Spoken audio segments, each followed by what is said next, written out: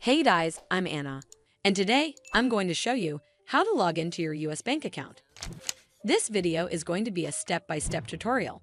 So, if you follow along, by the end of this video, you'll be able to log into your US bank account. So first of all, you need to open up a browser on your device, and then type in usbank.com in the URL bar at the top, and then hit enter. It'll take a bit to load up the website. And once you're on this webpage, click on this login button right over here. A pop-up will come up. Over here, you simply need to enter in your US bank account login credentials.